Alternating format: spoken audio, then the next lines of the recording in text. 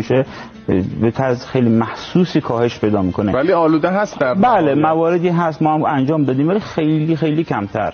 بس شیر خام هست که باید واقعا ما خواهش میکنیم از مسئولین بدون اینکه باز بیان مسائلی رو نسبت بدن کسا رو متهم بکنن ورود کنن این مسئله واقعا حل بشه. خیلی ممنونم از شما. امیدوارم که ارتباطمون مستمر باشه. سلامت باشید. من خیلی خیلی به شما مردم عزیز ایران از طریق برنامه سلام صبح بخیر هشدار میدم.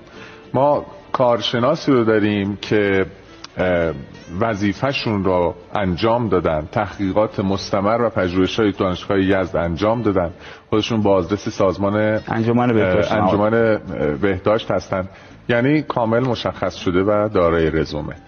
ایشون الان به ما میگن نتیجه تحقیقات نشون میده به طرز خیلی عجیبی شیرهای پاستوریزه‌ای که ما از سوپرمارکت‌ها خریداری میکنیم و توی خونه‌مون استفاده میکنیم آلوده به سم آفلاتاکسین هستن که سرطانزاست. به این راحتی هم نمیتونیم ازش بگذریم.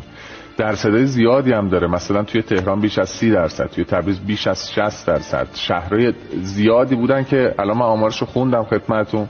خواهش میکنم فعلا شیر استفاده نکنید و اون بزرگوارانی هم که این اطلاعاتو دارن و دارن این کارو میکنن، اگه فکر میکنید کسایی که شیر میخورن دشمنای شما هستن اشتباه میکنید. چیه؟ میخواد ما بمید